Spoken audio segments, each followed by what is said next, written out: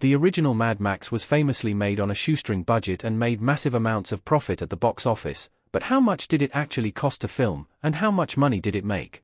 Since it began in 1979, the Mad Max franchise has become a powerhouse in cinema, and one of the biggest action franchises of all time. Despite growing to include 5 separate movies, and potentially a new one in the form of Mad Max: The Wasteland, the franchise had very humble beginnings. Long before Mad Max: Fury Road featured massive and grueling shoots in the Namibian desert, it started out as a form of guerrilla filmmaking. George Miller and Byron Kennedy, the original creators of Mad Max, were nobodies in 1979, and their idea for a film was largely self-funded.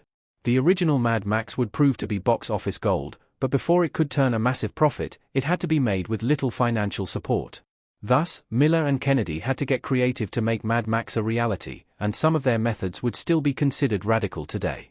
Mad Max, 1979, was made on a ridiculously low budget. George Miller claimed Mad Max cost just $350,000 to film. Though there are several different figures available, almost all sources agree that Mad Max was made for virtually no money at all. George Miller said that he filmed Mad Max for just $350,000, via National Film and Sound Archive of Australia.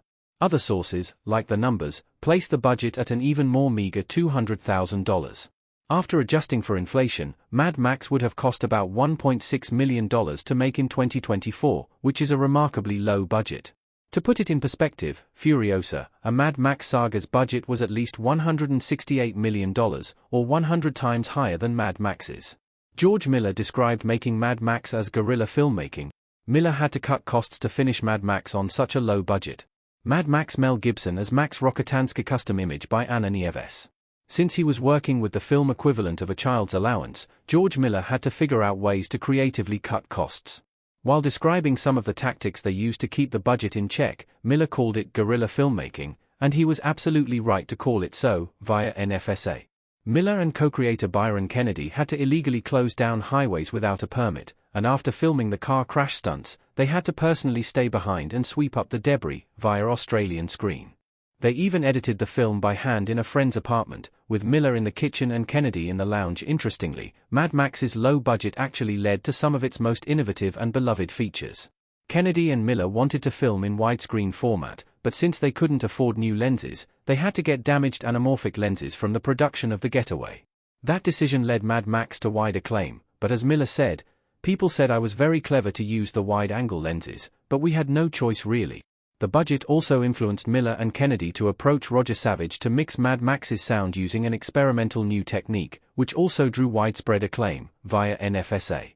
How much Mad Max made at the box office compared to its budget? Mad Max made at least 24 times its budget at the box office. Max Rokitansky, Mel Gibson, and Jim Goose, Steve Bisley, in front of a yellow interceptor with flames in Mad Max custom image by Anna Nieves. As a guerrilla as Miller and Kennedy's filmmaking techniques were, they paid off in dividends. Mad Max is quite famous for being one of the most profitable movies of all time, which was largely due to the popularity it received outside of Australia.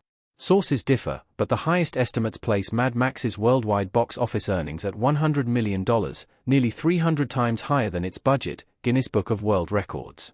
Other sources, like Box Office Mojo, still show a remarkably high profit margin of nearly 25 times Mad Max's budget, at $8.70 million. Regardless of the exact number, the original Mad Max is by far the most profitable in the entire franchise.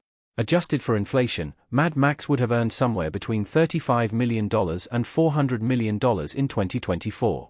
Its box office earnings also don't take into account video rentals and video-on-demand sales, as well as streaming revenue.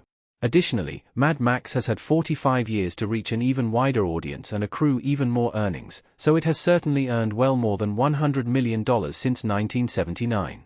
George Miller and Mad Max are proof that even a shoestring budget can lead to massive amounts of money.